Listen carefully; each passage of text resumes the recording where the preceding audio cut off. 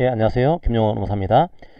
오늘 판례는 부당노동의 의사도 있고 해고 사유도 있는 겁니다. 이 해고 사유가 표면적인 사유가 아니고 정당한 해고 사유가 있는 거예요. 그러니까 해고 사유, 정당한 사유를 가지고 해고한 건데 마침 이제 사용자에게 부당노동의 의사를 추정할 만한 그런 사항도 존재하고 있습니다.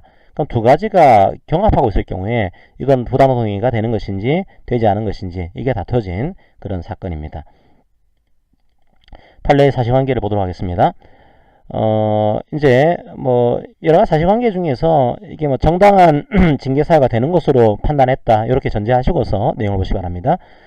택시 노조 현장에 이동 근로자 관련한 협상, 택시 광고료에 관련된 수입 배분 관련된 협상, 고정수당을 인상하는 그 협상이 지금 난항입니다. 제대로 안 되고 있는 거죠.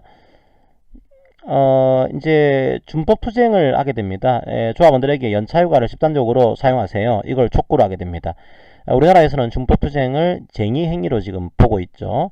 그리고 쟁의행위가 정당해지기 위해서는 주체, 목적, 시기 절차, 수당 방법이 정당해야 됩니다. 근데 그걸 거치지 않았을 경우에는, 정당하지 않을 경우에는 이 준법 투쟁도 정당하지 않은 것으로 우리 판례가 보고 있죠. 자, 그러자 사용자는 이건 정당하지 않은 쟁의행위인 거다. 상당한 영업손실을 초래했다 주장하면서 노조위원장을 징계 해고한 이런 케이스입니다. 그러자 노조위원장이 이거는 노조 활동을 이유로 한 그 징계 해고다. 이건 부당 노동행위입니다. 여기에 대한 구제 신청을 제기를 하게 됩니다. 과연 이게 부당 노동행위일까? 이게 다퉈진 그런 사건입니다. 미리 사건을 정리를 좀 하게 되면 이제 판례 입장은 이 징계 해고도 이유가 있다고 보게 됩니다. 정당한 이유가 있다고 보게 된 거예요. 이 준법 투쟁은 쟁의 행위인 것이고 쟁의 행위라고 해서는 찬반 투표라든지 혹은 조정 같은 걸 거치고 해야 되는데 그런 거 전혀 없이 이제 한 거니까 이 쟁의 행위는 정당성을 상실한 그런 쟁의니까 이걸 이유로 한 징계 해고도 정당한 것으로 우리 판례는 봤어요. 그런데 내용을 보니까 또 상당한 부당노동의 의사가 추정이 되고 있는 겁니다.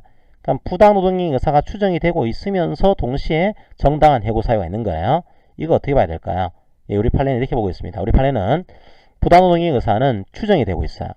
그런데 이 추정을 깰 수가 있습니다. 어떻게 함으로써 이 추정 의사를 번복할 만한 정당한 해고 사유가 있습니다. 이 정당한 해고 사유를 입증함으로써 이 부당노동의 의사를 추정을 깰 수가 있어요. 그러니까 만약에 정당한 해고 사유가 있다라고 한다면 이 부당노동의 의사는 추정이 깨지는 거니까 정당한 해고로 보겠습니다. 거꾸로 얘기하면은 부당노동행위로 보지 않겠습니다. 이게 우리 판례의 입장이 되어 있습니다. 자, 판례의 결론을 볼까요?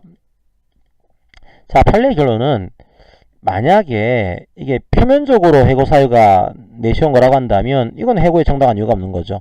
그때는 부당노동행위가 되겠지만 사실상은 해고 사유는 표면적, 실질적으로는 부당노동의 의사를 가지고 그걸 이유로 해고한 거다. 이 경우에는 부당노동의 의사를 이유로 해고한 것이니까 부당노동의 활동을 그러니까 부당노동의 의사가 있는 해고인 거죠. 그 이거는 부당노동행위로 보겠습니다.